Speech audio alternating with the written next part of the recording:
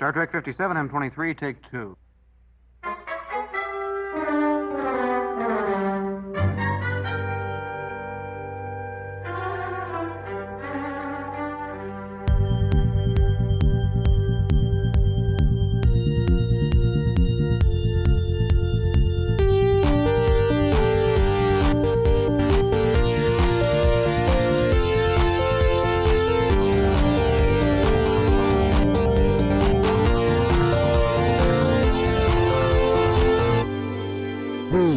Star Trek podcast.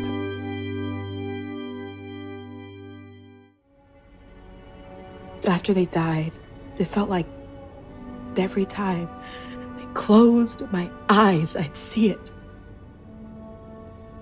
The crash, their final moments. I don't know what to say except I'm sorry. Got so bad I couldn't even look at pictures of them. Just seeing their faces. And then Emmer died, and it all came back. But I kept covering it with work and smiles and more work. The truth is, I've never been able to face death.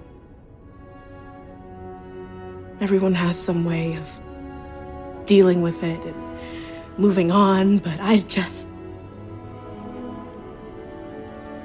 don't know how. How can I be a Starfleet officer if I can't handle death? Okay, podcast. Stick my silly sack in your face. Okay. Okay, all right. We're going to start the podcast now. Shit. Yes. You're all ready? Yes. You ready, Jesse? Yeah, I'm ready. You ready, Dan? I'm ready. Yes, I'm ready. I'm ready. I'm certain. Yes, certain. I'm ready. I'm certainly ready. My name's Patrick. It feels awkward saying our names because we don't normally do that. We don't really do that.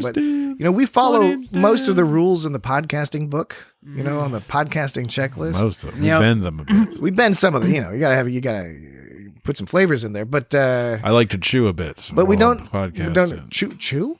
Chew what? Chew on snacks. Oh, I thought you were going to develop like a chewing tobacco habit. No. That's gross. Good. Let's not do that. Chaw. So you're Patrick. Chaw. Anyway, You're Jesse. names. I sometimes am. Yeah. This is ridiculous. My name Oh, is Neota. All right. Very good. All right. That's my name. Now I get where you're going. Okay.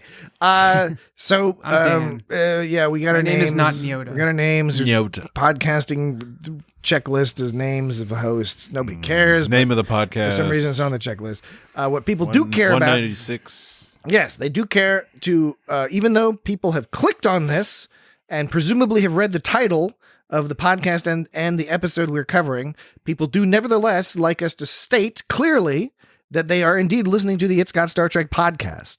They are listening to the 196th episode of the podcast. Is it really that much? It's Yes, smeared. it's the 196th episode. Oh, it's getting close to 200. It's getting It's very the close to 6th 200. episode of the season. And we will be. Or did I get that wrong? Yes, no, it is. It is the Okay, good. It is the Shit. sixth I got worried episode there. of the season. I've been making an ass of myself. Succotash. It's the sixth episode of the season. Succotash is good. Isn't it? Okay. It's not just like corn, carrots and lima beans or something. Well, you could add other bits too. Make it jazzy. Well, okay. We will be discussing. Red pepper. We will be discussing Strange New World, season 2, episode 6.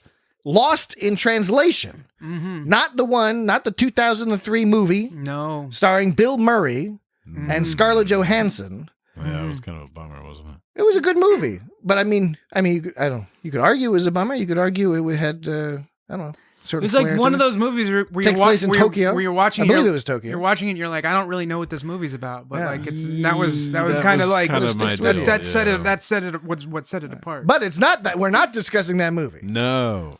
Whatever This is Star Trek. Whatever we end up discussing, we are not discussing the 2003 movie version of That's- Lost in Translation. That's the It's Got Bill Murray podcast. We will That's not what this is. be discussing Lost in Translation season 6 of episode 6 of season 2 of Star Trek Strange New Worlds. That's what we will be discussing. Yeah, In a minute, we'll be discussing that. yeah we're going to talk a little bit. No, not a lot, Just a little bit. just a little bit, because there are a few things to discuss. thing number one, as It sounds serious. It's Thing. like it's No, like it's not we're serious. in trouble Thing or one. something. no, I'm just trying to make it clear. I want to make it clear to our friends, the audience, that they're not going to have to deal with too much of this nonsense before we get into the actual discussion of the episode. Not too much. A little bit. Not too much, just a little bit. And they might be interested in this nonsense because the nonsense we're getting into prior to the discussion nonsense is Part. You said it like part. prior to Zombie. zombie. I did my part. Oh, my part. Oh, you say it's an Irish thing, Almost. like you Yeah. like the Cranberries. I'm not saying I did it well, but that's what it sounded. That's you what thought that reminded me. I sound like I never mind. It made me. You made me think of the cranberries. The Cranberries. Okay. All right. So let's get back to brass tacks here. It's Dan. We're not going to do too much of this shit. We're not going to do too much. Dan, you referenced earlier. You commented on the fact that we are nearing our 200th episode. And Did you do that? 200. is that okay? Ah. 200th episode. 200.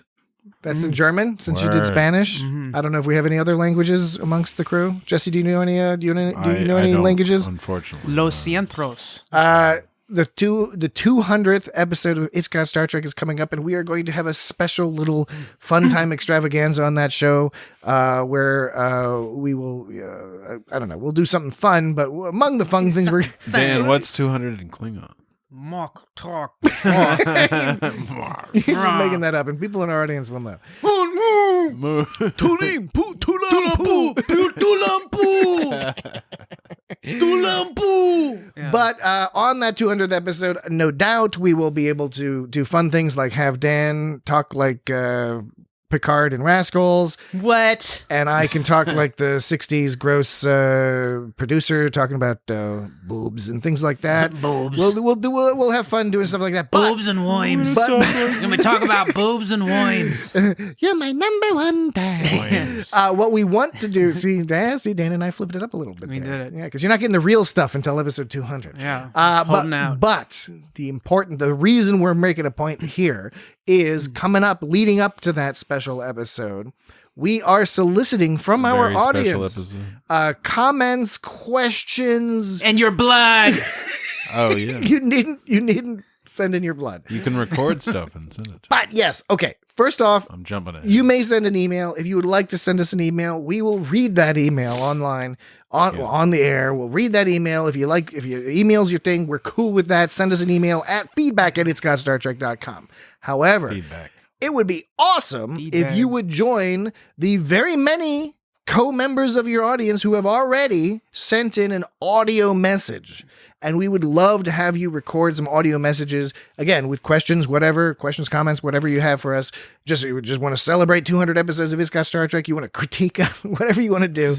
Send in an audio You recording. can just say the word 200. And Yeah, if you just want to make a recording where you just sort of say the word 200 over and over and over again, that would be fine by me. Are you serious? Well, that was my thing, so I guess people can take that. No, I don't have anything to do. We're just trying to get some content. And we would like your help just to help us get some content. We're out of ideas. Yeah, it's been almost 200 episodes, but you may do this very easily, if you are so inclined, by going to www.itsgotStarTrek.com/record. That's itsgotstartrek.com/record. And you can very That's the easily important record part. using your computer microphone, your phone microphone, your iPad or tablet, any of those microphones, whatever. There's lots of microphones. You can do that. get it. And the only issue there is it's limited to 90 seconds. If you need to record more than 90 seconds, You're a maniac. no, you're welcome to, but you'll have to record it separately. Send us an MP3 or whatever to the feedback@itsgotstartrek.com address. Anyway, we're looking forward to that. Captain. It's going to be super fun. And so, yeah, get those recordings sent in soonish. That would be great. Because we're going to record that episode a little ahead of time. Time is of the essence. So, sort of. You got a little time, but send them in. It's only a couple of weeks. Yeah, it's a few weeks away. Yeah. A few weeks away. Okay, that's done. Now, we have one small bit of business related to last week's episode. Listener mail. We have Is this bad? No, not bad at all. Okay.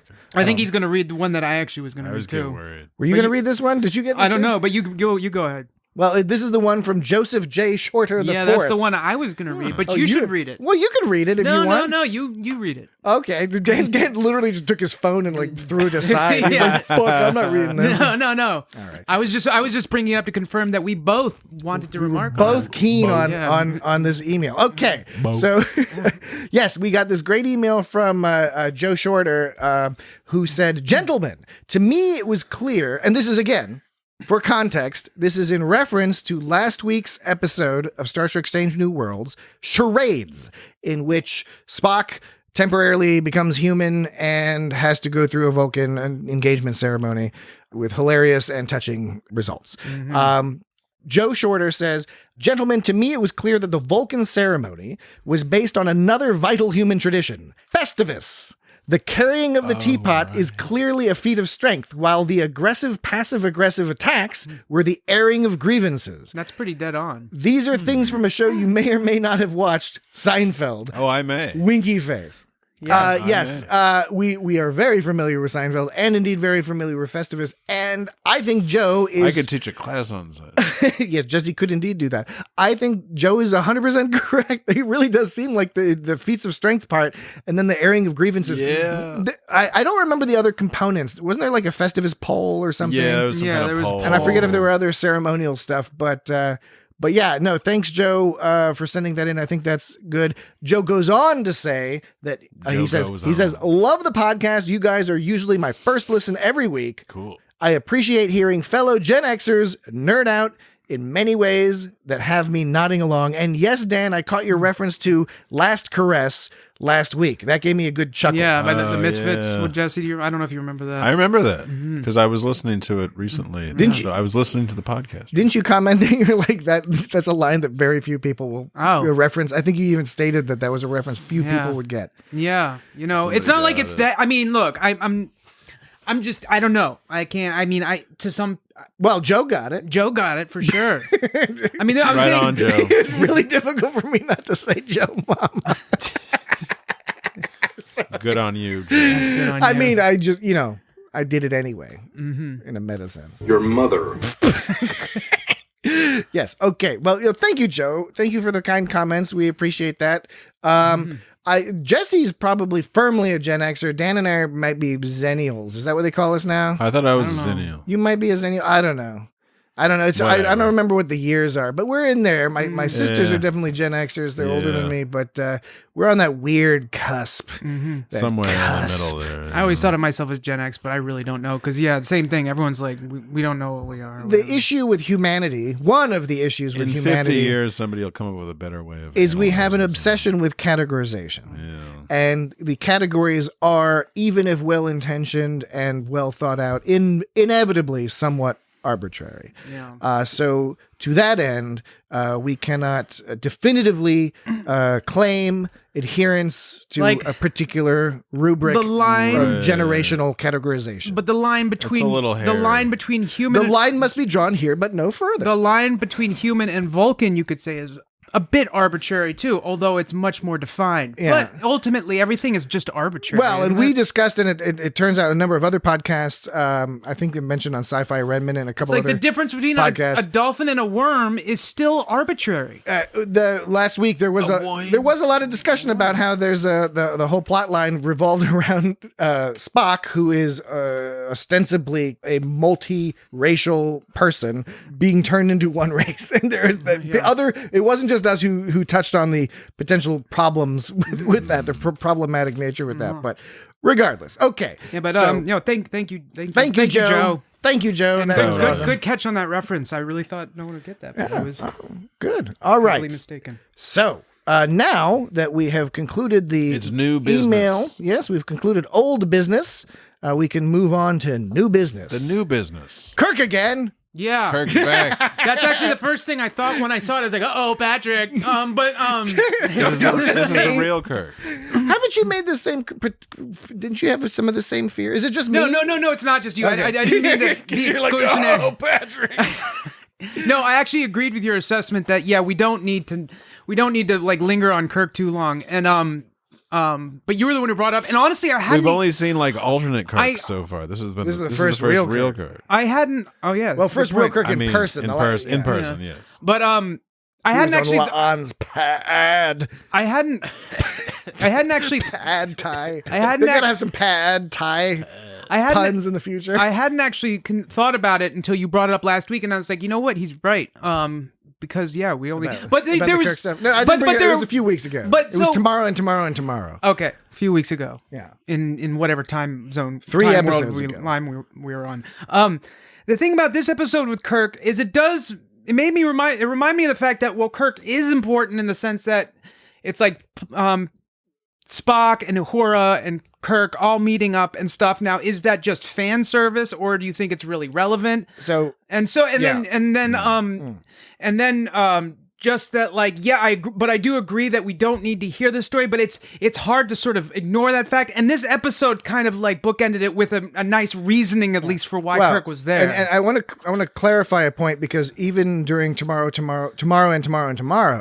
my critique was not so much about Kirk per se, but in how they're potentially going to use Kirk. And what I said at the time was that... Said at the time. What I said at the time... Said at the time. What I said at the time... What I said at the time. What I said at the time. What I said at the time...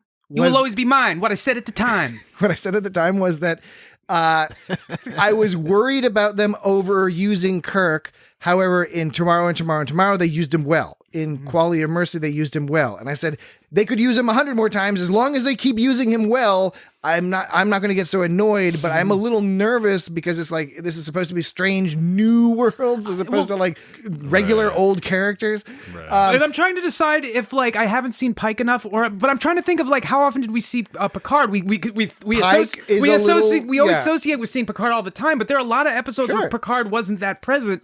But Pike, I feel like we just haven't quite seen enough. Anson Mount, there's real life stuff too, because Anson Mount and his wife gave birth to their, I believe, first child. Congratulations! Around the time of this production, so hey, San, congratulations, man. San.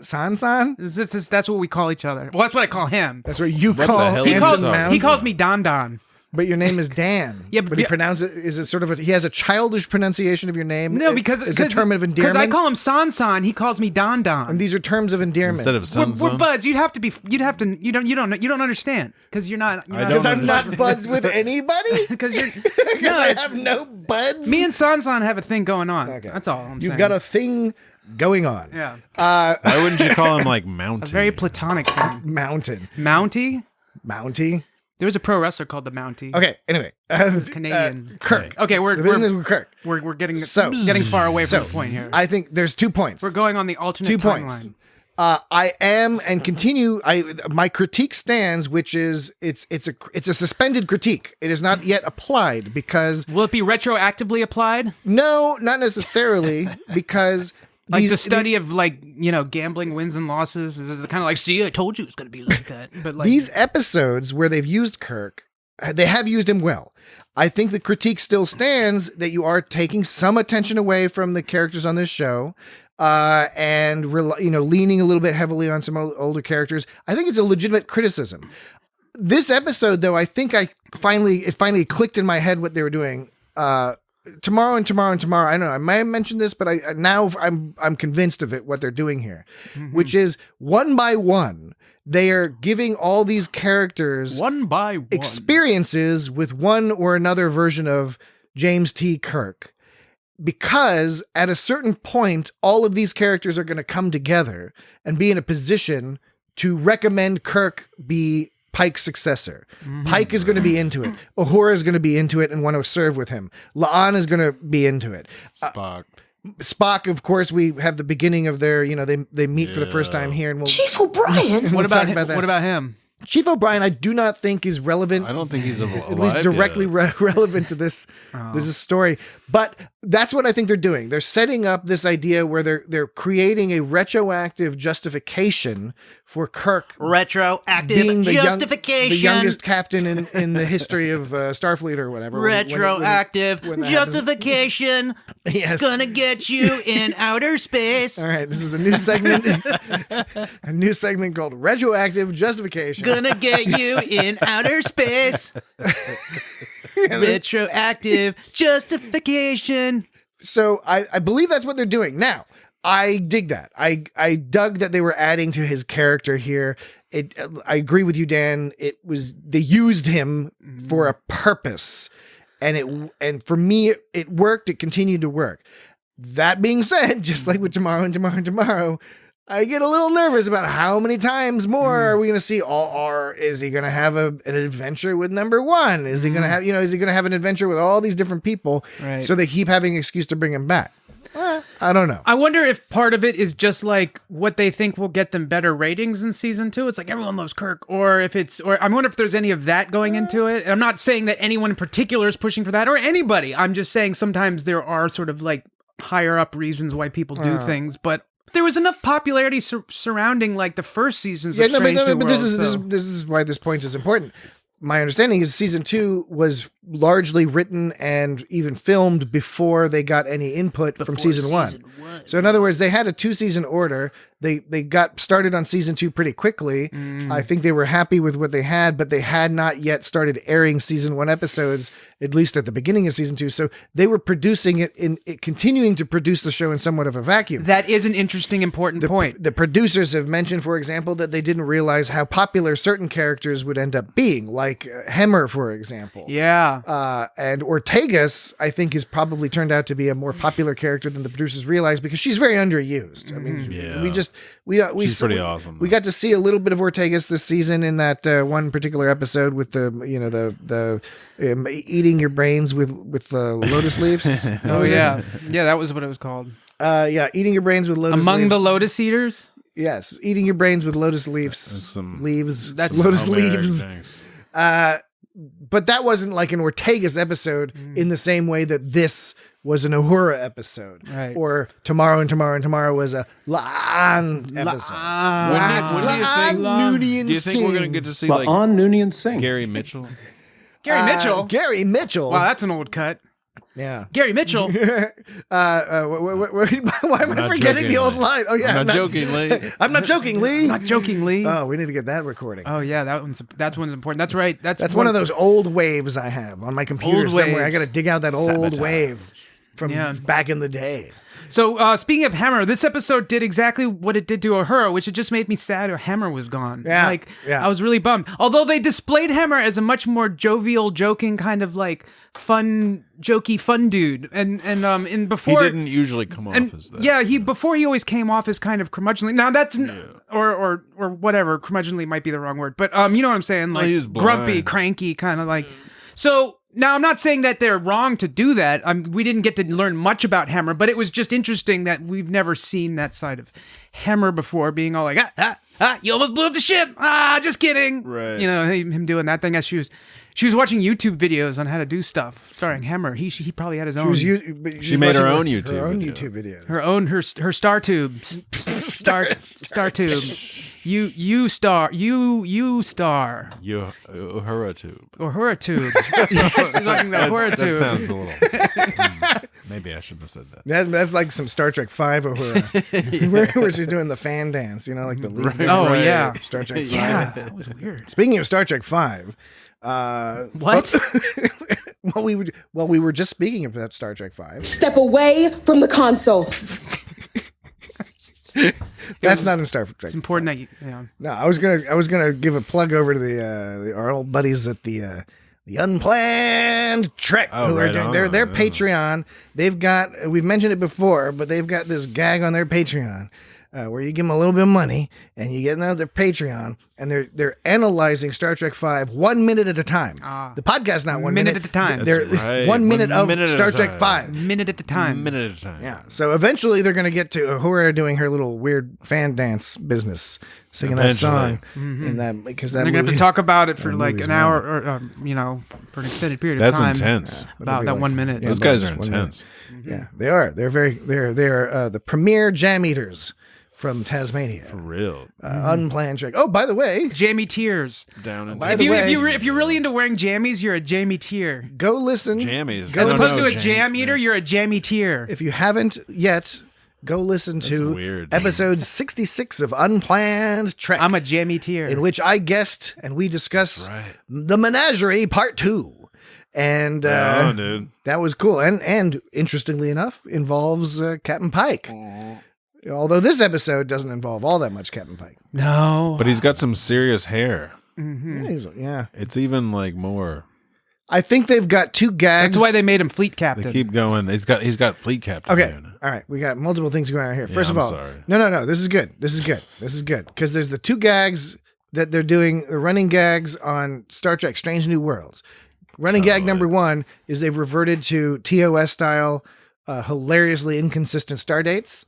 So that's gag number 1, which I think is awesome. And I also think it's like, I respect that some people online get really aggravated, but I think it's hilarious that they're doing this that. one was 2394.8 from the start. See, it's brilliant. Jumping all over the place. That's great. The other running gag is doing increasingly hilarious stuff with Captain Pike's hair. Captain. This time, like the grays were all like spiderwebbed out, like up and about, like it was like extra like sculpted. His like wave of hair like up. I'd have to double check because, we have to go back, and this is a good excuse to go back and watch from the beginning. I think they're giving him a different hairstyle in every episode. Pretty much. Sometimes with a reason and sometimes not. In Among the Lotus Eaters, his hair was parted the opposite direction because he was in disguise. That's hilarious. But anyway, we'll have to double check on that. Yeah, these are all out of order. So like I have for the season 2 episode 1, The Broken Circle took place at 2369.2. But then season 2 episode 5, Charades from last week, took place on 1789.3. Yeah. And then this week was 2394.8. So they're going all over the place. They should do an episode where he has no hair at all. Nothing at all. Nothing at all.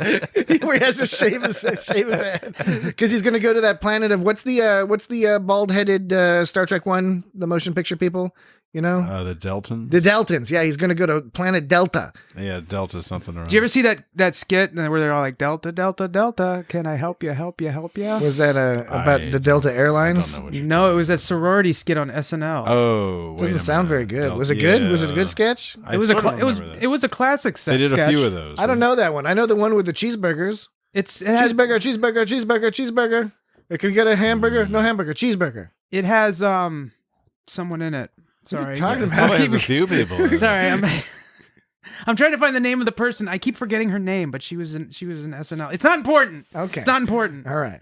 Dan not is, pertinent to Dan Star is Trek. stating that it's not important. His body language seems to Melanie- suggest it's very important. Melanie Hutzel. Right. Oh, of course. All right. Melanie There you Hutzel. go. Or whatever. All I right. couldn't remember her name. She but goes like, it "Oh was- my god, I could Yeah. die." It's like really funny back in the early 90s. It was. In the early 90s was like at the tail end of all the lead poisoning. Yeah, I rewatched that skit though, and like the audience just isn't laughing that much, but somehow it became like this famous skit. Anyway, Okay. look, that's not important. Let's It's not important. Let's press on. Stop egging me on, guys. This is a new segment called Dan insists it's not important. But I tell you anyway. It's no big deal, guys, but Hey, no big deal. All right. Anyway, yeah. But yeah, what I was going to say is, episode 66, Unplanned Trek. Go check it out. That was a super fun time. Those guys are awesome. I look forward to getting on that show Tasmania. again. And you guys should join them. You guys would have a fun time talking to them. So That would be awesome. What kind of jam do they eat? I don't know. You have to ask them next time. But I'm a Vegemite? Is they're- that jam? That's not a jam. Vegemite's not a jam. But it's a spread. It's a spread. It's made out of folate. It's made Yeah, out of like I mean, the- it's not like a No, made they- out of the shit they no, it's skim not a off of like the jam. top You're of the right. beer. They eat Yeah, production. right. Marmite. I think it's Marmite. Well, there's Marmite and there's that's Vegemite. That's what the British eat. I can't remember one eats one. Whatever. I'm not. Well, gonna- right in at feedback let's- at itsgotstartrek.com. Subject line: Vegemite That's a different versus pod- Marmite. We should do a podcast on that. It's got Meatamite. Meatamite. Alrighty, moving. All right, mate. Moving right along. So you say they're jam eaters. I say I'm a jammy tier because I wear jammies. You keep saying jammy. like a musketeer, but I'm a jammy tier. Musketeer. Wait, so a musketeer is a That's person insane, who carries a dude. musket. Yeah. So a jameteer is somebody who carries jam. I would think if it's one that more Pajamas. It's more that one who celebrates jammies. Are you a jamophiliac? No, not jammies. Pajamas. Jammies, like when you wear jammies to bed. He's saying pajamas. Are you a jamophasiac? No, jammy tier. Jammy I don't. tier. I don't wear jammies. Jesse, is he talking about Is Dan talking about pajamas? Yes. All right, you know what I'm talking He's about. talking about. He's trying to say pajamas. Okay. All right. He's saying jammies. What I'm sure he's saying all sorts of things. Anything else on Pike? Because we got Malarkey. Malarkey. I think we should move on. Yeah. It's almost break time. Already? We haven't even really talked about the episode. Yeah, we've been talking Pike about the is episode. a temporary fleet captain because he's controlling a bunch of stuff. That's kind of Oh yeah. Thanks for bringing that up because that's a whole funny little thing that they did there. Yeah. Okay, I don't know. Okay, Is it break time yet? it's almost break time, but I can make 1 point before break time. Okay. I promise you, I can conclude this point before it's time. He's to gonna take a break it down before the break time. They are doing something very clever and sneaky here with this whole fleet captain business. Do you know why it's clever and sneaky, this whole fleet captain business? I'll tell you why.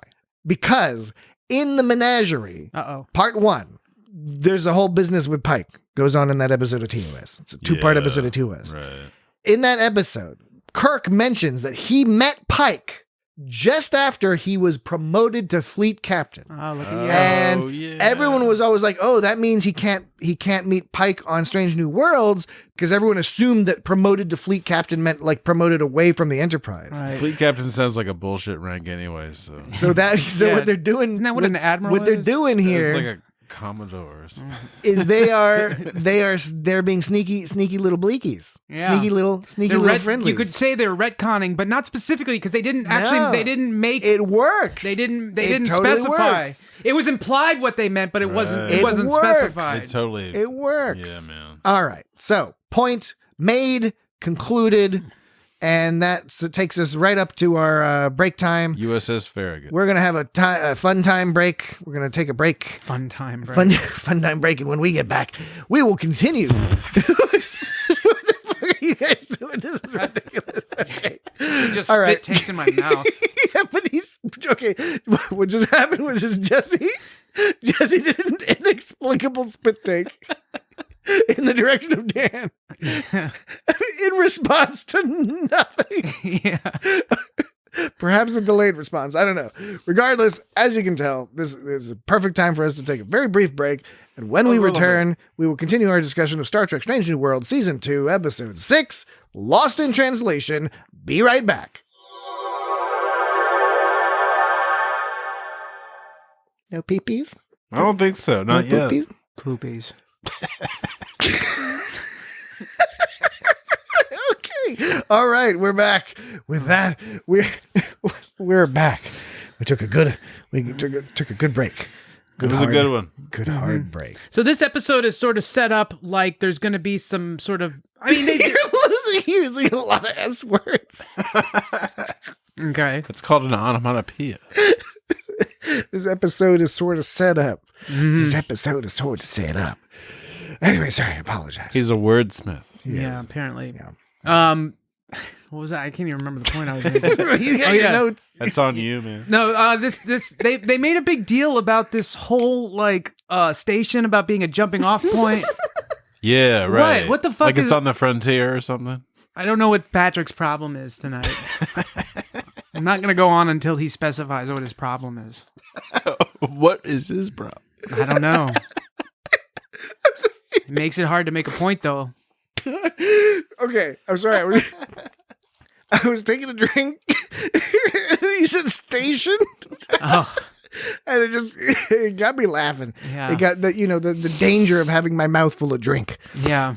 and now the drink is dribbling down my chin. Not everybody knows what that's a reference What's to. he drinking? Is he drinking a Red Bull? I'm drinking a Red Bull, sugar-free Red Bull, imported from Austria Right on. into Europe, and yes, so station. Nobody, yes, you're right. Many people will not know what that's a reference to. That is a reference to Bill and Ted's Bogus Journey. Yeah. And there is a character by the name of Station. Station. And that information is not sufficient to make you understand why I would be giggling. Not really. You'd have to watch the film. I don't actually have an isolated clip of it because I always append it to the end of some kind of scene like that I play. I'll play some like 20-second scene and then someone will say station. Dan and will then they sometimes play and then this. say Station! But I don't actually have the sound effect by itself. Not that it would be difficult to get. Anyways, so this thing, this space thing that we have. The refinery? Yeah, the refinery. Refinery? Yes. So it allows them to get a bunch of good gas and Deuterium. Was it deuterium? Yeah, deuterium. Deuterium. Deuterium, which is a real thing. Yeah, isn't that like helium with like a couple extra protons or some business? It's hydrogen. It's an isotope of hydrogen. Oh yeah, hydrogen. It's got like an extra. Even It's got an better. extra business. Yeah. And then you got tritium. So is that Deuterium is like heavy. I think they brought heavy a- water. You make it with deuterium and Quattrotriticale. oxygen. the farthest back I know of deuterium is from Voyager, but I'm sure they probably used it before They that. talk about it in the hulls, don't they? I mean, but I didn't know that was what fueled the starship. I didn't know that. Well, you got the flux capacitor, you got dilithium, and then I guess you got deuterium. Yeah. You gotta get squish all that stuff. Anyway, so They use it for things, and they use the dilithium for other things. So they had the cool gas station where all they have to do is drive through and it sucks in all the gas, and then it's like all these places they can explore, and then it also is a strategic place for the Gorn. This is like some serious shit. It's like a trifecta of awesomeness, you know. Yeah. And so And very TOS style, more strategy, more about like the territories and stuff. yeah, and so I thought that they could have gone two directions. They could have gone several directions, but one direction they could have gone with is if they had established early on that Uhura was seeing this shit related to the station. They could have turned it into a whole episode about like, you know, the bureaucracy, or not necessarily bureaucracy, but just sort of like them being Doing like, an environmental review kind of thing. yeah, something like that, just being like, well, we need the energy, and then having to take it up to the admirals I and see stuff, what and then you're they'd saying, have to yeah. go back and forth, be like, you know, it is a real shame, The but admirals. we gotta figure this out for the next month, you know, that kind of thing. But they sort of established the connection like too late in the episode to do something like that. But it was the only reason I bring it up because it seemed like they really talked about how important this space thing. Some might call I'm it good a now. station. I'm good. I'm not currently drinking. Okay. And we're over. It's a station. It's a fuel refinery. Right, and they talk about how super important it is, but the resolution, and it's actually a classic sort of Star Trek resolution where they make this sort of sweeping, like drastic decision based because someone on the crew is basically hallucinating. Because And they they're trust their crew It's members. blowing They a trust- first right. contact. Right, and they're basically like Uhura is literally the only person that knows that this is happening, and they just blow it up without even And talking that to the other admirals. dude that jumped out of the ship. Yeah, Ramon. Saul Ramon. Ramon. Which I don't want. I mean, you guys can spoil it if you want, but this was that they used that same thing for Ramon. They did that in Picard season 3 too, when Ramon went flying out the And he airlock. also and he froze up a little too quickly. Ramon. As Yeah. we've discussed, I But believe they- we've discussed in the past, you got about a minute or so before you get all I screwed think up. it was like the same timeline and same like graphic style as like when they did it in Picard when a character. It was very similar. It was very similar. Are you suggesting that they have a macro? Maybe. They click a button and it's just like Maybe. guy out the window. They have a photo. Are you suggesting sabotage? Sabotage. I'm suggesting sabotage. Anyways, so I just thought it's kind of like you'd think they would bring this shit up to higher levels before they would up and destroy this major project that's obviously been under work for a long ass time. Well, and they were just like, well, let's just blow it up now, like just because based on your word. Like I said, it is it is not unusual for Star Trek for them to believe like they're hallucinating crew members, which is actually kind of neat. You know, this idea of keeping an open mind and It's stuff. the Enterprise, But- and it's like Pike, and I think they're just gonna get away with that shit. Yeah, I mean, it's not like it was some small little side thing that increased, like, you know, efficiency by 0.5%, and, you know, or whatever, you know. It had a very purposeful Yeah, purposeful purpose. They yeah. they went there There to was a- fix it. It there was was- a crucial Yeah. piece of infrastructure. It was very obviously an important piece of equipment that Yeah. wasn't Okay. just some kind of bullshit. It was a very specific, awesome thing. My words are like escaping me, but anyways, that's what my point It was was. it was crucial. You said your words are escaping you, and I imagine like little word bubbles floating out. Yeah, I saw them. Well, there it bubbles. goes. saw them word bubbles. Okay, so this episode, I knew it was the old aliens in the nebula gag. 10 seconds in, Totally. I'm not exaggerating. I don't mean at the end of the teaser when Uhura hears crazy sounds and then sees something. I mean, within 10 seconds, they're like, "Oh, there's a nebula." I was like, Yeah. "Oh, there's gonna be creatures in the nebula, and they're gonna fuck it up." They And made that nebula look really cool. now, okay, it was super obvious what was going on here, partly because this is a play on like the Devil in the Dark on TOS with the Horta home soil in TNG with the little creatures that are all like ugly bags of mostly water. Even on Strange New Worlds last season in the Elysian Kingdom, there was a creature in a nebula, right? So that was a slightly different setup, but those two other Star Trek stories, as well as a whole bunch of other Star Trek stories, have some sort of variation on we are accidentally fucking some shit up. What do we do? And that's, you were referring to like one version of that story, like Dan was talking about, was where you have the moral debate about like what's right and wrong. In this case, it's the mystery. It's like, what's going on? It's like, oh, we figured it out, and then it was like, we want to fix that as soon as we can. Right. Well, and the trick about arguing with like the point of the episode is what I want to say is like, it could have warranted at least a discussion before they blew that thing up. But on the other hand, it's hard to argue with it because that's kind of the point of the show and episode and stuff. Well, to be it like was set up to be, we got to do something now, otherwise they're torturing these right. creatures. And so that was the point, is that they had to take these drastic measures and not discuss it. It wasn't a plot convenience more as it was like, yeah, that's how much they love each other or something, which is like kind of weird, but it's like, okay, I guess it's been how much they love each other. Yeah, I guess it's sort of been established in Star Trek before that's kind of something they do. And what it was still kind of intense for me. What I have not made clear yet, though, is though the core structure of the plot was super obvious, it didn't matter.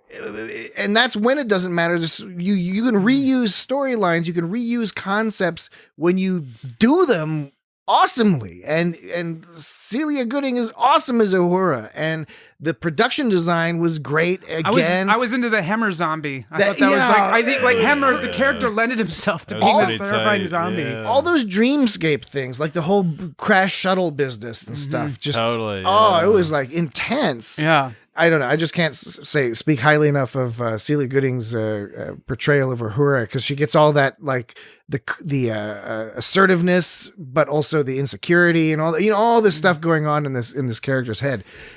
You can see, you can feel it through the screen. When Mbenga told her that she like had to take time off work to go, and I didn't count it as a duty moment because he says duty. He says duty. Yeah. So he said the word. So you didn't take a clip of him saying duty, because he didn't say it doesn't duty. sound like he says duty. He didn't say duty. Yeah, but They'll make faces at each other. yeah, because she looks at him like, you can't take me off duty, and he looks back at her. He's like, really? yeah, I can do that. I can, try me. I'm the doctor. I'll This fucking do it. episode has a lot of good face business. And the other good, I'm a big fan of, like, Janeway's was always good at making some good faces, but the Uhura did that earlier, either last episode or the one before, when it was the tomorrow and tomorrow and tomorrow at the beginning and end of the episode when Lon comes the beginning and the end? At the beginning, At Lon, the beginning and the end? The beginning and the end? when Lon comes in at the beginning of the episode and is all like not supposed to be there, and at the end when she's wearing some funky clothes, both times like Uhura's looking at her like, what's going on here? Like giving her that look. So I'm a big fan of the looks, Uhura's looks. Wait, I know that sounds really you're a big fan of Uhura's looks. Okay, that's not what I meant. It's got misogyny. I meant as in like plural noun. It's got toxic masculinity. Plural of a noun. Plural noun plural. A plural noun. Okay. The collection of a look. She has many. She creates this look, and she does it several different times, and she presents them. And you mean like the facial expressions? Yeah. Yes, that's what I mean about her look. Not a series of clever outfits. I didn't even cross my mind. So okay. I don't know. All right. Good. All right. Well, all right then.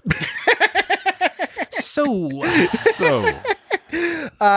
Uhura's character is great. I really enjoy when they've done these episodes focusing on her, because we are, again, similar to Kirk and with some of these other characters, we're getting to flesh out this character, learn more about her background, her motivations, and all that sort of stuff. And this was a wonderful story, kind of expanding on a fact that we already knew about her, that she had endured this tragedy where I guess it was her parents and her brother, I believe, were killed in a shuttle accident. And so, yeah, I mean, this unlike, I think we were talking last week, and last week's episode didn't have many themes. It was just sort of silly. Whereas this one very clearly was wrestling with some ideas about how do you approach and deal with the idea of death and loss and love and family and all that stuff. Yeah, all that. We even had stuff. that with some of that with J Kirk and S Kirk. Like, yeah, well, that's okay. So we kind of have mentioned that they had a whole thing going. That a lot of Strange New Worlds episodes are very TOS like in structure and sort of how they're built. Among the Lotus Eaters was one example, but a lot of them have that kind of real TOS feel. There was even 3-dimensional chess. This episode has more of a TNG feel. Yeah, right? Totally. And not just in the structure of the story, like the story they're telling and what they're focusing on in terms of the thematic elements, but even the direction, how they framed people, camera position. Even the band at the end reminded me of TNG. Yeah, the band at the end with the jazz. It was fucking jazz. Although I would say that pull-out shot, which was brilliant. That was like a really, really well done shot. Did you ever see who was playing piano? You saw everybody in the band, but you never saw the piano. Did not see the piano. You could totally. The piano was prominent, but like I didn't even notice. You could hear the piano, but you didn't see the piano. Yeah.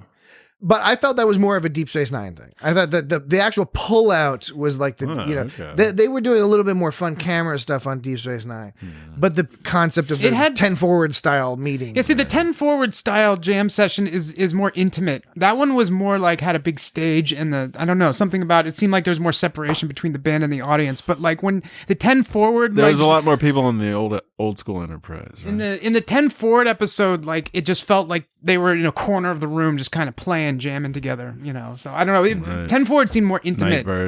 Nightbird. Yeah, why are you looking at me, man? You're supposed to say Nightbird. I don't know nothing about no musics. You're supposed to say Nightbird. Oh, I thought Nightbird. Nightbird. Okay, we all said Nightbird. Yeah, we all said it. Yes, we all said it. DS9. What was that guy's name in DS9? Who's the hologram singer? Yeah, Jimmy Pistone. Yeah, no, it's not. Yeah, it was Jimmy Pistone. No, wasn't it? Wasn't he was friends with Quark and Chief Pistone? O'Brien. Yeah, his name was his name was Corby Fenelwith. Chief O'Brien? Yeah, Chief O'Brien programmed Corby Fenelwith to sing tunes, and that was on Deep Space Nine. Mm-hmm. Yeah, check it out. Okay, they didn't play in them. They didn't play in. They never played in Quark's bar though. Quark. Yeah, they never played in Quark's bar. Well, they were in Quark's bar by virtue of the fact that Quark had the holosuites. And that was a holosuite program. You had to go into Quark's bar, but into the holosuite in order to go enjoy this was actually in the station's mess hall station place. This one, yes. This like one. in 10 forward was. This was the version of but you felt the shot was more like DS9. The idea of it. I don't know. Why are you even listening to me? You know what I mean? You don't need to be listening to my opinions about shit. No, I'm just tossing it out there. It's a vibe thing. It still had a very TOS feel to it. Now the TOS, particularly the music, SNW, as I like to say, is SNW. Strange New Worlds. Anything with that damn W letter in is fucked up. You put the W because it's got the extra syllables. There's so many syllables in a W. WWW. www.itsgotstartrek.com/record. Send in your messages. What are we talking about? Oh, yeah. Star Trek Strange New Worlds, Season 2, Episode 6, Lost in Translation, The Bar. Just in case. Anything about the bar? It seems like a nice place to hang out. W... Was that real liquor they were W pulling? is the only letter that is more than one syllable, and it's 3 syllables. Did you go through the whole alphabet in your head while I was doing my jibber jabber? I did. Because I was pretty sure I was right, but I didn't want to sound stupid. Yeah. Are you still sure that you're right? Do you think that you checked all the letters properly? Are you sure you didn't sound stupid just then? LMNOP. Yeah, I did. Okay. You can try it at home. All right. Well, why don't you do that? Well, try it now. Try it right now. We'll wait. Yeah, we'll just wait. Yeah. It'll just take a second. You should be on like M by now. Oh, I'm already through. That's how good I am.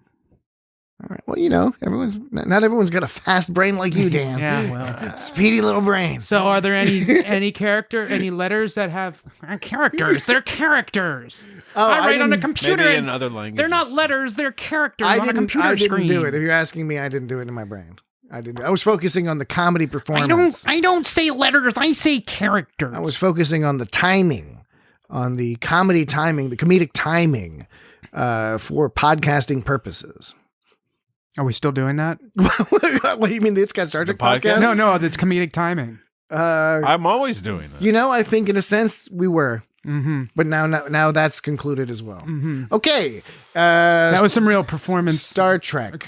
performance art shit. Performance Star Trek art. Uhura drinks sorry and brandy. Yeah. I don't, yeah. But only like a sip or two, and then she storms in. Yeah, I noticed that. Like, I know Well, that, she was all like, she Well, wasn't I know- wanting to put up with shit. I know she didn't want to put up with shit, but she just like left a full drink there. She could have well, like taken it yeah, somewhere else. I know. Yeah, that's It's what like- happens when you it's live in like- the communist society. It's like when you're watching some show and people like put out a cigarette all like prematurely. It's like, why did you put your cigarette Yeah. out? Why didn't you just finish your fucking Well, cigarette? Yeah. we can tell that Uhura probably does not have a drinking problem because she found that she needed to deal with her stress by leaving the That's booze. true. That's true. Well, I mean, she's, she didn't- She's healthy. She yes. didn't consider like drinking more to relieve stress. She was like, fuck what if this the drink. reason she was leaving was because she was going to go to her quarters and take some opiates? Ah, that's why she had the good stuff back there.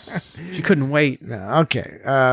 That's not true. That's not. Yeah, that's not. I don't think they had him. But she thought that James Kirk was hitting on her, and he was like, "No, that's my brother Sam who does that."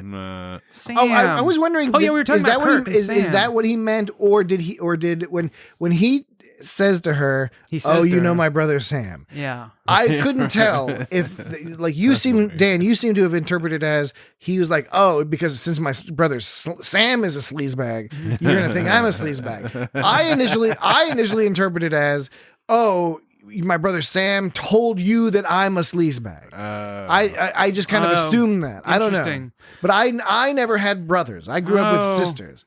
Okay. Dan, you've had brothers. You've got two brothers. You can No. help us interpret the whole brothers. business. No, I never even considered. Jesse and I only have sisters. So the line was, "I really don't want to be hit on right now," and Kirk goes, "Oh, you're friends with Sam." Now that I think of it, you might be right, honestly, because Yeah, but now that I think of it, you might be right. Well, it makes sense. Like, why would she think that her brother was sleazy just because he was sleazy? He's like a xeno-orthodontist. It makes more sense that Kirk. Did you say a xeno-orthodontist?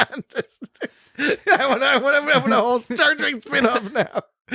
Go about xeno-orthodontia. No, he's a xenoanthropologist. Yes, he's Wow. a xeno-anthropologist, But it the makes- same as Michael Burnham. It makes more sense Totally, that that's right. that she would think that because Sam was talking shit. Because Sam, there's that whole like. Sam, I can understand. I bet you James Kirk was a kind of a cocky dick growing up. Yeah. Oh, yeah, And it was- Kirk is a jerk, right? Kirk is a jerk. You know, like in that TAS episode where Kirk, like somebody writes on the back of Kirk's shirt, they write Kirk is That's a jerk. right. Yeah. It's like a whole thing. Kirk is a jerk. We did that one, didn't we? I don't know. I think we did. I think we did. Well, I have to go watch them all.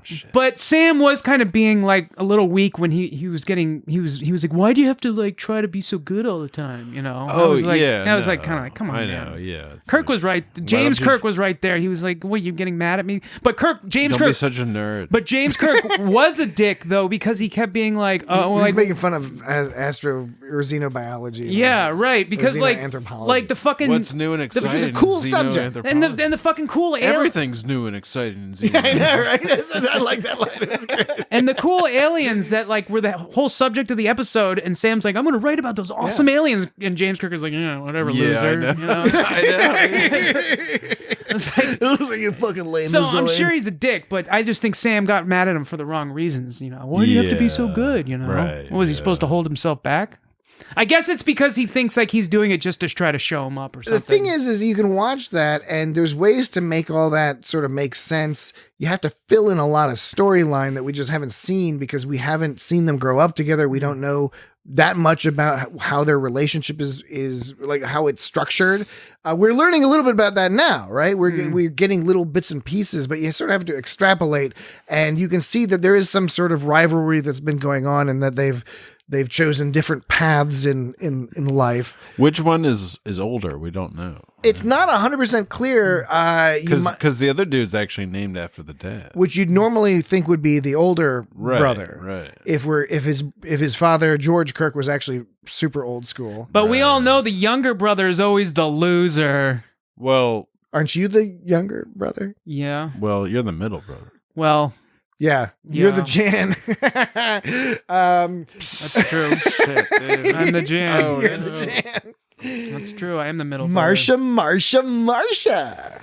Okay. I was thinking more back when I was in elementary school. Like, I was always the younger brother. Yeah. And then at one point I wasn't. Yeah, because that dude. It came was just the along first thing I later. identified as, so it sort of stuck with me. Yeah, no, I think identity. That's a good point. Because Identity formation is a It took a while fascinating for that process. other dude to come along. So. Yeah. This conversation's getting weird. Just dredging up some shit or something.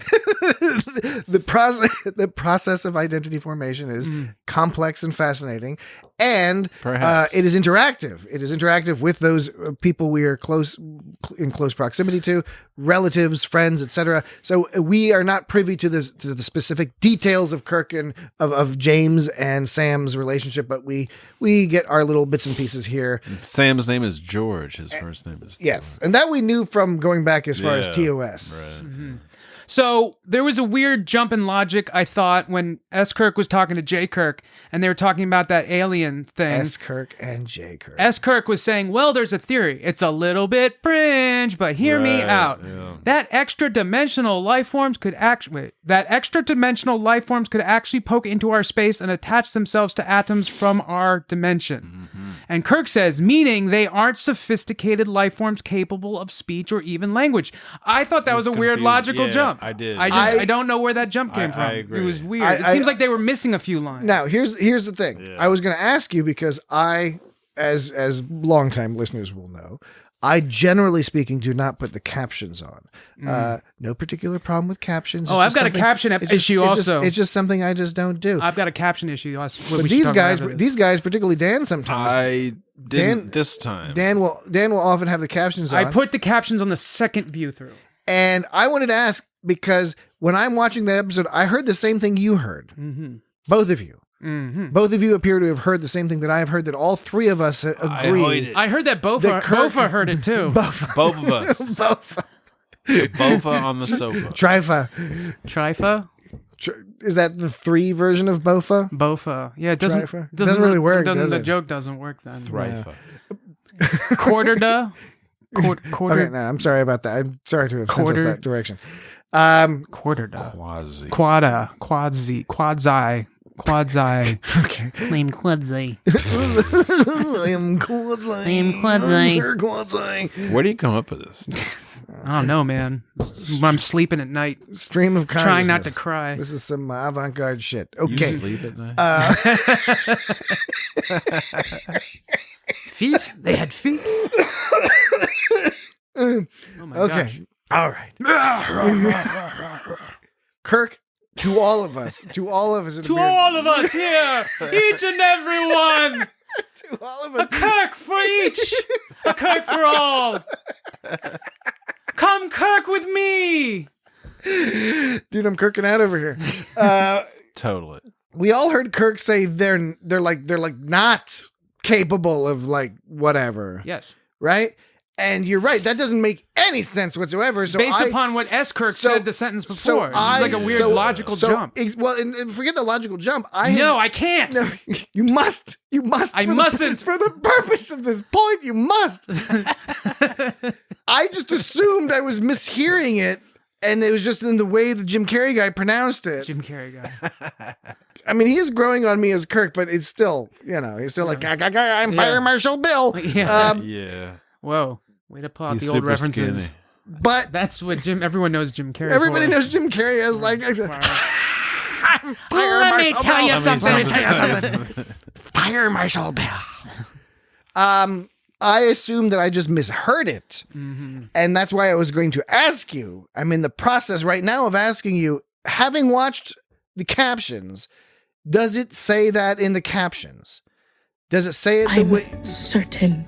you're certain that it does say that? Meaning they aren't sophisticated life forms capable of speech or even language. Aren't is not in the caption. Yes. Aren't. See, I had to emphasize that so you knew I wasn't saying R. Super Mario. Bro. Super Mario. I love Mario. Sorry, that was beyond inside baseball right there. yeah. Okay. Yeah. So that confuses me because I love Mario. they clearly are intelligent and they're capable of communicating. So I don't know. One way I guess you could interpret this as he's being exceedingly literal in that they are not capable of language in the human conception of language, and you could argue that communication, language is a subset of communication, but not all communication constitutes a language in terms of having a system of syntax and order and all that other business. Okay. It still is a very confusing line because I thought that the point we're supposed to take away from all this, right, is that there's some floaty dimensional creatures that are communicating with us that they're getting all fucked up. They have enough intelligence to communicate that they're getting fucked up.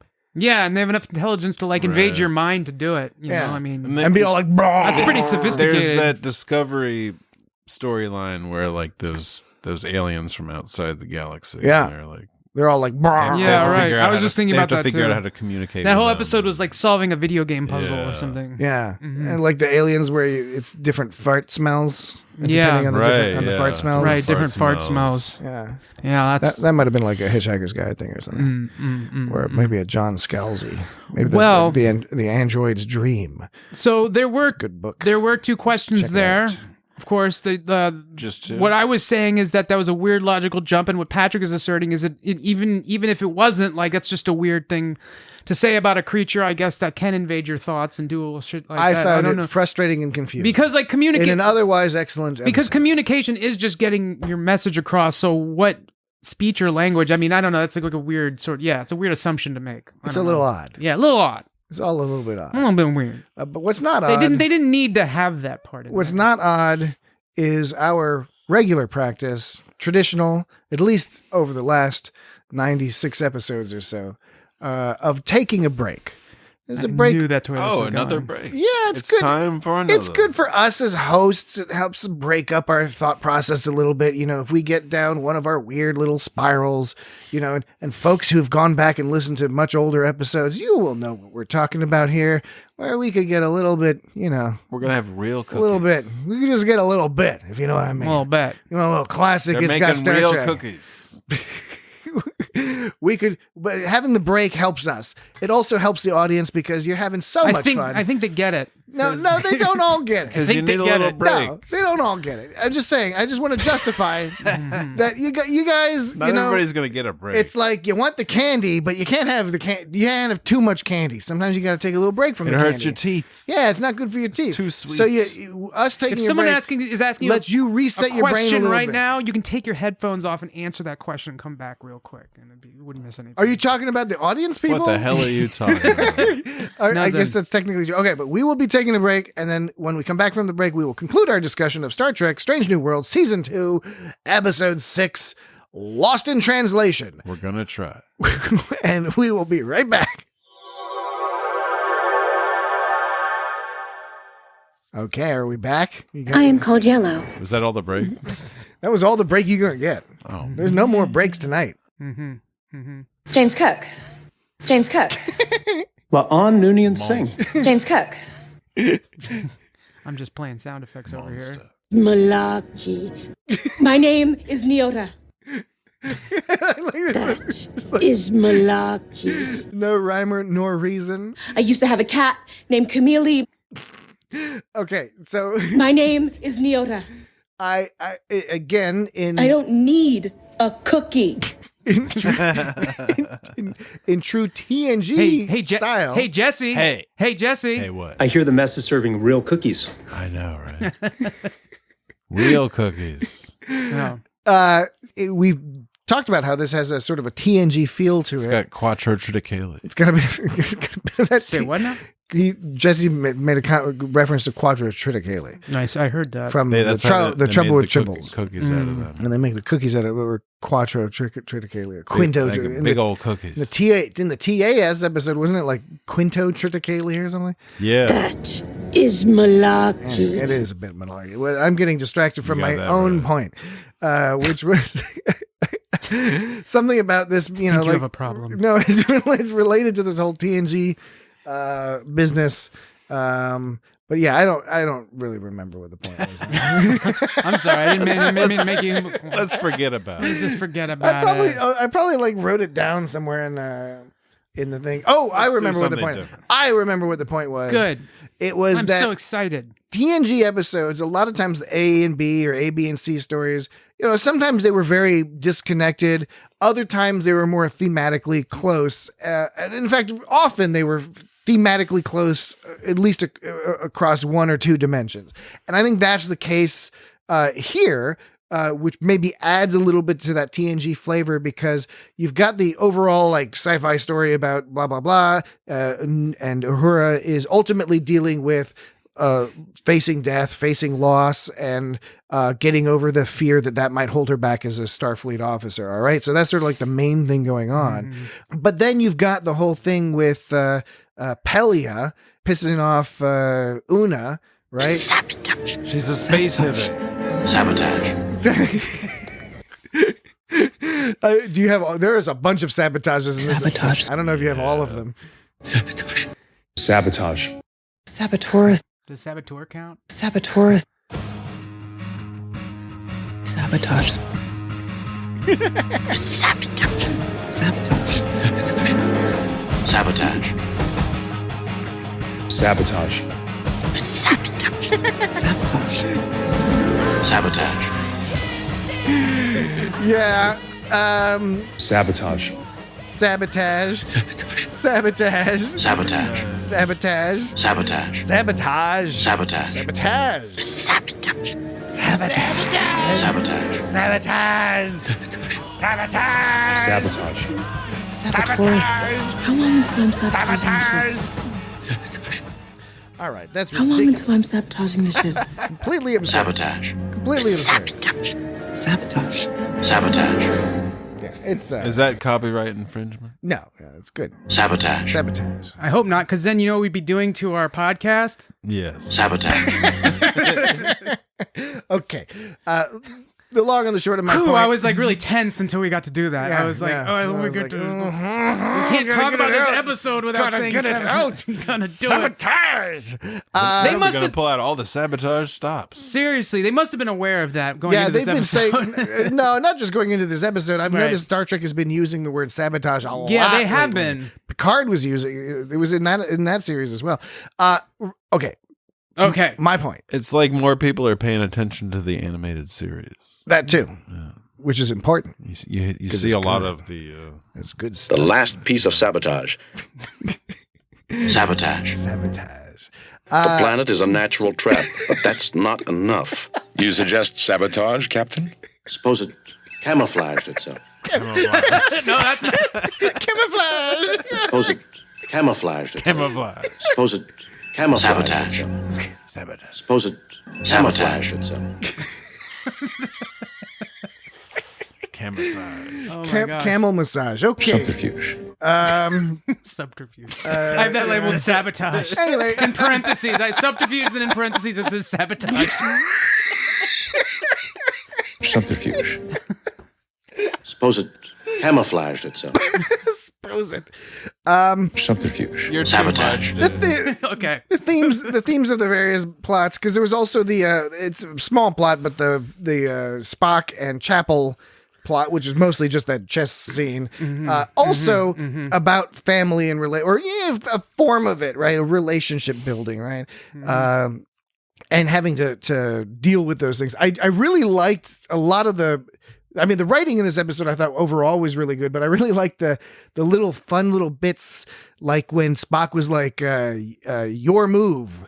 But what he meant was he didn't only mean in chess. He also meant in sort of defining the relationship. Right? Your move. You're right. Because he was all like, he's a do I need, sneak. is there something to tell them about? You know, is there, because Spock was suggesting to Chapel that they have a nascent relationship and that if they have a relationship, they should be reporting it to Starfleet, to their superiors, in order to deal with the anti-whatever fraternization laws. Bilana's on it.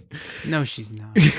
And so Right. he's basically she's asking. actually a civilian. He's like, "Are we going?" No, she's in Starfleet. Oh, okay. as- I thought she was like a civilian. No, I believe contractor type. I believe she's in Starfleet through Starfleet Medical. She gets her own special uniform. Is that just medical uniform? That's the and that's the Benga medical- doesn't wear that's that. the standard. Well, he's like medical, the chief. I he's could an be. officer. I retract. I don't want to. I retract that. I don't want to make an assumption.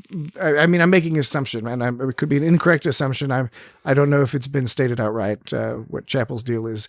Yeah. But the implication is they're working together, and whatever her role, that Spock certainly thought it would be problematic with the fraternization rules if they didn't report the relationship. He's a pretty senior officer on That the too. ship. He's like the second officer, I guess. Yeah. But ultimately, he's saying, "Are we going steady or not?" Right. That's what he wants to do. Right. He's using the rules to be like, "Are we going steady?" I don't know if anyone had a problem with the whole Schrodinger's cat metaphor, but I thought it was kind of interesting. No, I thought that was pretty cool. Actually, I like that they It's always a that they good one. critiqued it because I like that they made the point that it does not. It's the classic example of the analogy not working. Like what was that last? Was that last week? Oh yeah, with the going In under last week's episode? going under the wave is calm, and just like going into the space-time tunnel is it's like it's rough Yeah. on the outside but smooth on the inside. Yeah, the analogies are not Like always my bum. accurate, and they set that up last week, and then they hit the 8-ball in with the cue ball. I don't know what analogy I should be using. They hit what the metaphor 8-ball I in should with be- the cue ball, but not the 9-ball. Whatever I might not be using the right metaphors when it comes to my discussion of the analogies. But the Schrodinger's cat, just to clarify, the Schrodinger's cat analogy is a description of quantum mechanics where it suggests that if you put a cat in a box with a bit of a radioactive material and Or you some don't- cheese. which randomly emits Or give them some cheese. radiation, and then you Don't use- give them you create a- onions. green Don't give them cheese. onions. You use that Don't to give them activate chocolate. a device that releases some poison Don't into feed the box. Don't feed your cat which would kill liverwurst the because it cat. has onions in it. And because this is because the release of the ionizing radiation is a quantum mechanical process, and it's going to trigger the poison trap, the idea is that this was an example of how you wouldn't know whether the cat was alive or dead till you looked in the box. Right. Now, but that is a macro. I used to have a cat named Camille. That was a macro system, not the quantum mechanical level. She system. used to So have a the cat, but analogy- it got quantum sized. that quantum effect about referring to observation is not relevant in the context of a cat in a box. So the analogy fails. No, but- However, the analogy is useful as long as people know that it doesn't work in real life, and that's Yeah, what it was cool that what they made that distinction. here. what I like in what the sort of what they were trying to connect to it, I guess, was this the one part of like once you start like it starts being viewed from another perspective is basically what they're Yeah. saying, from another sort of angle, another reference point, that it's like the fact that now we have to like constantly define where we are so we don't lose our jobs or whatever Starfleet's rules are about that. That itself, the process of like knowing that it exists in that way, defining it, putting a label on it, the fact that you're even doing that is going to be affecting it. So It's probably that would be more they about probably don't have too many rules. It's Well- just like you just report it and they're like, yeah, whatever. What's the rule about when you observe animals? They like the process of observing them is what also changes the way they behave. Isn't Well, that that's. wrong? I mean, there's also the Heisenberg uncertainty principle, which says the what that same is? thing. Which also, by the way, is not commonly understood correctly. But yes, the basic idea is that if you observe something, you're interfering with it, and so as a result, you're never Right. going to actually be able to observe it in its natural state. So I would say that From at least from a philosophical perspective, there's merit to that argument. yeah, I think that would be Now, applicable all of to this, what the all of this relationship being is. said, I think the key points are: it's cool that they made that distinction in the Schrodinger's cat analogy, where it's like, yes, you can use it to make a point, but while also in a awesome nerdly fashion, making the point that it's not an accurate Super thing. nerdly, yeah. But pulling back from all of that, fundamentally, as I said, Spock has used the regulations to try to be like, are we going steady? Yeah. And Chapel has been like, no, we're totally not. I know she's trying to be ambiguous about it, but I think the point we're supposed to take away from it is there is stuff that we are still not fully aware of in Chapel's past that makes her reticent to get As involved. Spock also said sector. I know, like, Sector. we've already established that he does this. Yeah. But for some reason, the Sector one, I was like, well, they did that on purpose. That Sector. Of course they did it on purpose. I mean, most of the things they do in the show, they do on purpose. No, I know. It's just like, that wasn't like a sly reference. That was just at like, the end, like Spock all like shows up to take care of like Sam Kirk's like glass. Oh, yeah. Because he just like He's still got- cleaning up yeah. after Sam. Because Jay Kirk was all like, he can be, and then Spock was like, frustrating. And That's, you're why, like, that's why it was hilarious that they showed that in the previously on Star. I know. Like, it was like, why are they showing that scene? Yeah. With the crumbs, because just Right. demonstrating that Spock is like gets aggravated when there's a mess about. Mm-hmm.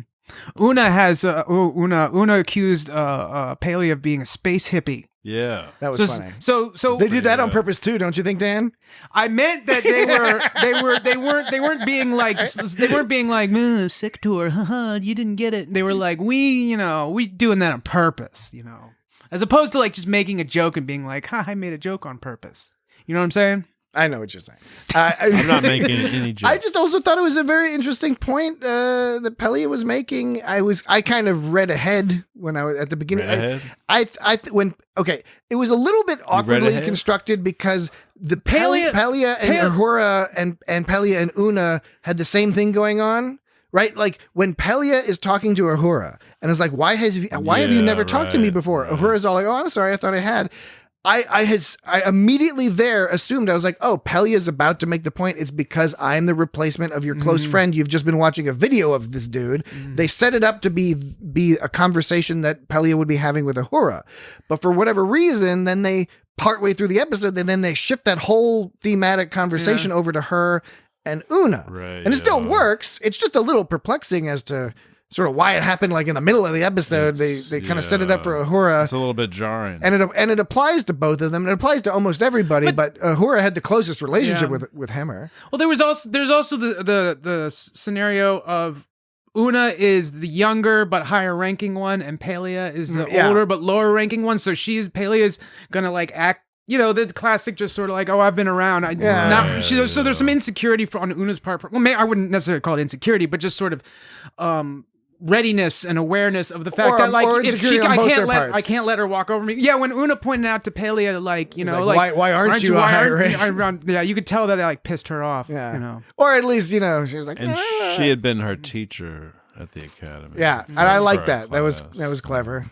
Yeah, and then I wanted she remembered what grade she got. I wanted to be in that big room with all those consoles. What if they had to run to the other side and like, what if one of the consoles at the end was getting all fucked? They're probably all networked together, but that means that at any given time, either they have like thousands of people that can be simultaneously working on consoles, or the place is just so big that they need 1,000. Why did they need so many consoles? You know what I mean? Why did they need so many consoles? That's what I'm basically trying to say. It's the future, man. Like, I would just guess that, like, oh, well, you want to be able to access one as quickly as possible. You gotta access some stuff. But it's not like they have 1,000. Maybe sometimes they have 1,000 people and they're working 1,000 consoles. Well, a lot of like it those is just monkeys, redundancy. like those monkeys with if the one of typewriter. the consoles like just explodes, then you got 999 backup. You You got mean where backup. all like the rocks come out, like the console explodes and a bunch of rocks there's, like, come some out? cement in there. Yeah, right. And like some rebar. Yeah, I don't know. That was a big room. I like that room. That was a cool room. I would always want to be in a big room like that with a big row of things going all the way down like that. Wouldn't that be awesome? Big room. And then you could get on like a giant monster and ride on its shoulder and be like, I'm on this giant monster. The visual world that you are creating, that you are generating in my mind against my will, I might add, is a little bit confusing. Couldn't you imagine a monster that's like 2 miles tall and it's like walking across the horizon, but it's rising above the horizon? You're like, oh, I'm a giant Rising monster. above the horizon. I look like I'm moving all slow because I'm so big, but really it's really fast. All right. So the problem is that initially you were discussing all these consoles and stuff, and so I was imagining a sort of a utilitarian room with a number of consoles, and then you started talking about flying around on a monster, and I was like, wait, what? And then you said the monster's 2 miles high, and looming over the horizon. So far, how big is this room of consoles? So far, like you can't even see its feet. Its feet are beyond the horizon. That's how big it is, but it's still looming into the sky. Oh, I'm talking about that station. That's inside the station. Inside the with all the consoles. I know the deuterium. The deuterium. The deuterium. The deuterium. Deuterium. They call that station. Knock, knock. Who's there? Deuterium. They call that station the deuterium. The punchline is up to you, folks. And so we give you the setup. You generate the punchline at home. And so the room was so big. You know how big that was? Big room. Maybe we should do a Patreon where we provide the punchlines to some of our jokes on the Patreon. Yeah. Could you imagine if you were the bottom of the middle of the ocean and it was so clear, there was no darkness, it was perfectly clear, and there was light everywhere so you could see everything? But you wouldn't be at the bottom because the light doesn't go more than a certain... I am already presenting a ridiculous hypothetical scenario. You can assume that everything would be lit up. That's the point I'm making. Okay. I'm Maybe gonna, if I'm you gonna, were like an I'm going to allow it. Atlantis, I'm just going I'm gonna allow it. just to put a little asterisk here. Is just that you're about to ask us a question about a scenario that you've created, but part of the scenario is already implausible. Well, I mean, it's not like is affecting the physics of the scenario. So I'm concerned that if we've affected the physics of the scenario already, that is going to affect my answer. This is a ridiculous response because I'm like, imagine if you were in the bottom of the ocean, you could see everything, and you're like, well, actually, the light would bounce off funny, so you wouldn't be able to. It's like you wouldn't be sitting at the bottom of the ocean because you'd die of the pressure. The point that's very obviously implied is that this is not going to happen. Yes, I know. What I'm saying is that you're putting layer upon layer of implausibility. You can have That's a few. not the fucking point. You can have a few implausibilities. In order to ask a hypothetical question. No, that's bullshit. Me sitting at the bottom of the ocean. Okay. You need to free your mind, man. No, my mind is real fucking free. You need to free it up and allow for it. I told you I'm going to allow it. I'm going to believe that I'm sitting at the bottom of the ocean and I can see as clear as day. And now. Now you're going to tell me about some monster's foot or something? What you're doing? What's happening? What are you going to ask What you're doing is I'm very obviously presenting a ridiculous scenario, and then you're calling out for it being even more ridiculous than I originally presented it. It's like a hat on a hat, man. It's like just go with it, you know. Says the guy with multiple hat on a hat. You got multiple levels of implausibility. Anyway, ask me the question so we can get to our odds and ends. Multiple levels of implausibility. We're gonna get to our odds and ends, and then we can get off the air, get home. I'm gonna transport through the universe by breaking down my molecules and then reforming them, and it'll be just like me. Okay. I gotta pee, so we gotta wrap it. Jesse's got to pee. We've got to go do stuff. So okay, Dan, what's the question? I'm at the bottom of the ocean and I can see everything. I'm just saying. What's the point? I'm just saying it'd be cool, you know. Imagine. Oh my God, are you fucking serious? Okay. It wasn't going to be that big of a point. All right, no, that was very cool. Oh my Lord. Okay. Odds and ends about this episode. About the closed captioning. Both closed captioning and the transcript I looked up said there was one part where Uhura says Starfleet's building an outpost here to collect and refine it if they can ever get it working. Mm-hmm. In the closed captioning, it says if they can ever get it working. They don't put the last G on there. That's Did they put an apostrophe? No. That would have been fucked up if they put an apostrophe. Well, I mean, I'm saying if they put an apostrophe, it would suggest they're trying to say whatever. It's some sort of colloquialism, but without the apostrophe, it suggests it's simply an error. I know, but what's funny is that it's an error on the closed captioning and the online transcript, which leads me to believe that the online transcript is simply just a copy of the closed captioning file put on the website. No, that's a fair conclusion to make. That's just something to know. Further evidence. Odds and ends. Odds and ends. All right.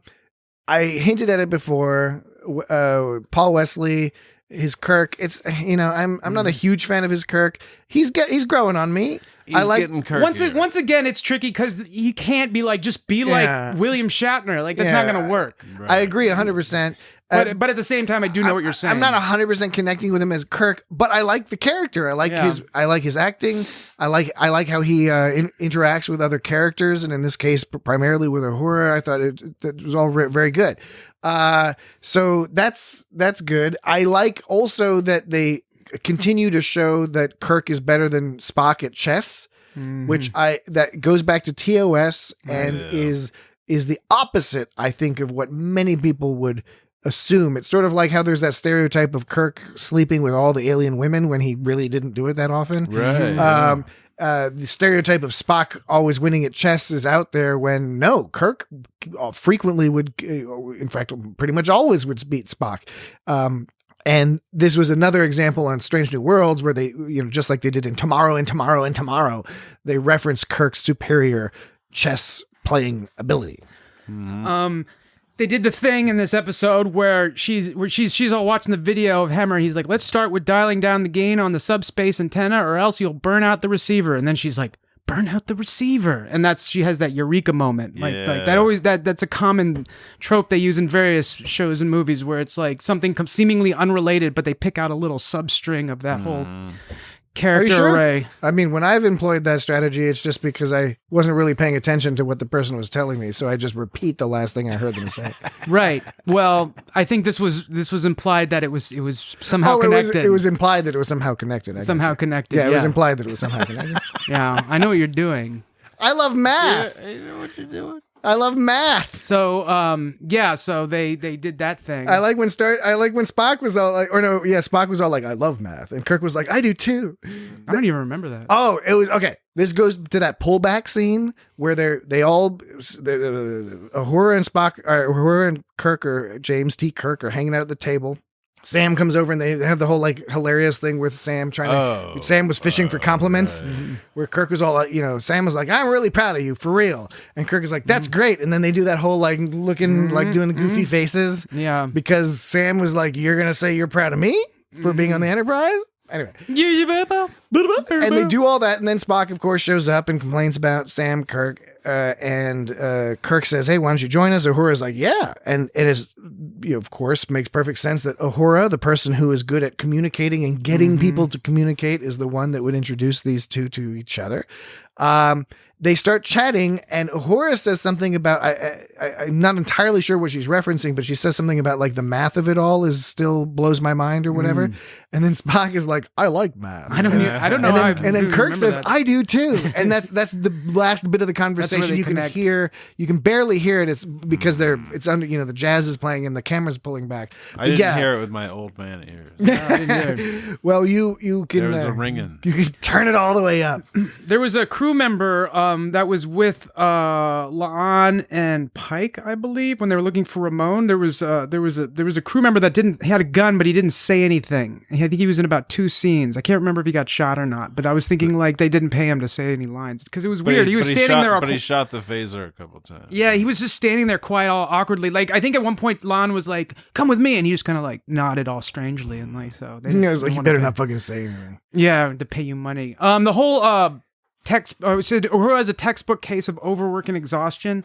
I mean, yeah, but like exhaustion is such a funny diagnosis. It's like it just means like they could be anything. They could just be really tired. They could be having some kind of episode mentally. They could be like on some they could be on drugs. What they sort could of be drugs? on drugs. What sort of drugs, Dan? I don't know. They might taken too many drugs and they got strung out and they need to strung out. Reevaluate I ain't never been strung out on anything in my life except music. So a classic... That's an Elvis quote. So a classic textbook case of... You can look it up. Elvis talking about being strung out. A classic textbook case of overwork and exhaustion. It seems a little The reason the clip is funny is because Elvis is obviously strung out when he's saying he's never been strung out on anything except music. Apologies, Dan. So I was just saying that overwork and exhaustion is a sort of nebulous thing to prescribe someone or diagnose someone on. Yeah, exactly. Chief O'Brien, indeed. I think the last thing I was going to say was that this episode really solidified for me that they've settled into a sort of Deep Space Nine style rhythm in terms of episodic series, episodic episodes. Episodic rhythm series. Episodic episodes. Plimbo. But with this Plimbo. Bringing the characters along, these character arcs that Plimbo. go, and these storylines that are going along in the background. Plimbo. But that when the storylines are referenced in an episode, new drivers available. GE Force game drivers now available for download. When these storylines are incorporated, these season-long or series-long character arc-building storylines, they're incorporated into these episodes. They're done in bite-sized bits that are that are comprehensible, independent of the rest of the on arc. Noonien Sing. Extra bits. In other words, okay, just fly me to the moon. Dan is playing the part of Patrick tonight. Fly me to Bannon's Nebula. And It's a special stellar nursery. But I like that they're doing this. They're getting that good episodic series where you can pluck into you can hop into this episode independent of all the others, enjoy this storyline, and whatever character building is going on, you'll understand everything you need to know. It's not like some of the serialized ones where you'd be very confused if you jumped into episode 6 of any given episode of Discovery or Picard. It would be kind of confusing what was going on. Anyway, that was my concluding point. My concluding point is everyone always does that thing with the light in one hand and the gun in the other trick, when you hold the flashlight. Yeah, didn't they start doing that like on the X-Files? I was just going to say, that's the first time I remember seeing it as X-Files. I remember when I saw it, I was like, that makes a lot of sense. But if you have a rifle, then it would just have the light on the rifle. Right.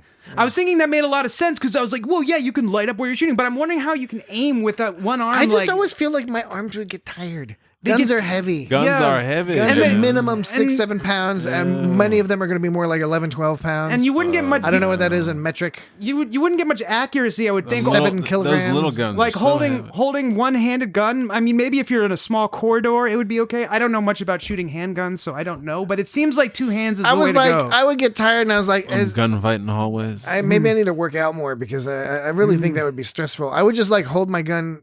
I'd be ready to go. I'd be like, I'm paying attention. I'll raise my weapon if necessary. I don't know about this whole walking around with a flashlight and all this other business. Yeah. Anyway, you should get one of them headlamps.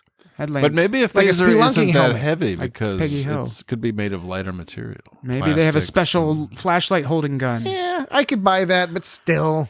They do shoot light. Maybe the flashlight's really heavy. But they shoot light, but they must be. They have to have that get that energy from somewhere. They need a battery. So yeah. Yeah. All right. And tomorrow, did they ever say like, I don't know where it or when it is? Did they ever do that thing? I don't know where or when it is. Did they ever do that in tomorrow? I don't think so. I have a feeling we would have pointed that out. Specifically, I have a feeling you would have pointed that out. I would have. And unless you did point that out in the episode that we discussed it, which you may have and I'm just not remembering, but unless you did that, I don't think it happened. No. It was a segue into this, which is not quite as interesting, but this is... it's a good thing it's at the end of the episode. This is a good thing you saved it to the end of the fucking episode. It's like the last skit in SNL. They're not all winners. Yes. You're in bed by now.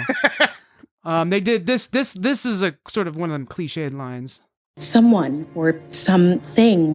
They do that. They hear that line like I way didn't too like much. that. And you know what else I will say that I feel bad for admitting I don't want to this. end it on a downer because it was a good episode. No, it was a great episode, but I as much as I loved everything about this episode pretty much, except I did find it really weird when Uhura was the one who ordered the firing of the firing. It was a little awkward. Yeah, when she was like, fire torpedoes. I didn't like that. I don't know. Something about that was weird. It but was Lon all looked at the captain. Yeah, right. Yeah, I mean, it all worked. It was fine. It was a little out of line. It felt like out of character for Uhura. Yeah. I don't think she was exhausted, She had exhausted. 100%. But I think I just thought she'd been like, "Yo, we got to do this," and then he's like, "Okay, I trust you because I know you're not going to be bullshitting." Weird. She said that.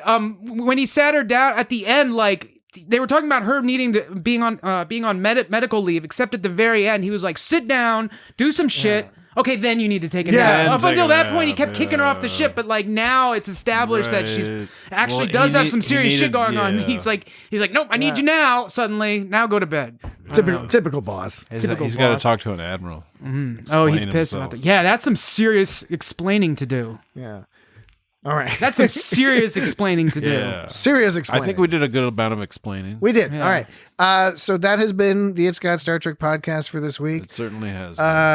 Don't forget for our 200th episode, please head over to itsgotstartrek.com/record and send us in a message or send it in via email or your own MP3 recording, whatever you like. But definitely get those messages in. We thank all the folks. We've gotten so many messages already from folks.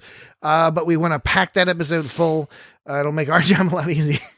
You can do the work for us as the audience, sending in some cool, whatever you want to send in. And in the meantime, if you want to find us on social media, we're all over the place. All over the place, right in the middle of the social media wars. We are on Twitter, Bluesky. It's Instagram, Threads, Mastodon, YouTube, Facebook, all that stuff. All those places you can find us at It's Got Star Trek. Peasies. You'll get it. Just type in Discuss Star Trek. You'll find us wherever you need to find We're us. also on Malarkey. We're on Malarkey, so just look at Malarkey, and we're on Malarkey. I mean, Clearly. it's funny. It would be funnier if Malarkey was a thing. But that's what makes it like a extra social funny. media. No, Is that's it- what makes it extra is funny. it, Dan? Because you're like making fun of Is it like a double reversey funny? Because Silicon Valley comes up with all sorts of crazy names for web Right, businesses like like- Boop and Zap and, like and Ding Dong and things like that. Googly bits. Would it be like Yeah. Malar.key? Yeah. Okay, all right. Dan's a little too excited about that. We're gonna go register that domain name. Yeah, so, man. but Money. yes, That's money. find us on social media. money. Communicate with us at feedback@scottstrek.com or wherever you need to do it. Next week we are super excited for next week because next week is Oh, is it the shit? it's the shit. It's the crossover episode with Lower Decks, and we love Lower Decks. So episode 7 is called Those Old Scientists. Oh shit. I have been assiduous in avoiding watching scenes or previews and stuff of this particular There's episode. been so much chatter about this. I've seen a few screenshots, but I can't wait. I hope they pull this off because I think this has the chance of being a really great episode. He's beside himself. It's directed by Jonathan Frakes, so that's awesome. I believe it's directed by Jonathan Frakes. So anyway, that's what we're going to be discussing next week. Super looking forward to that. Until then, have a great week, and we'll talk to you then. Bye-bye. Bye-bye. So the math of that is still, my brain just wouldn't. No, I know, but I do too. he does love it.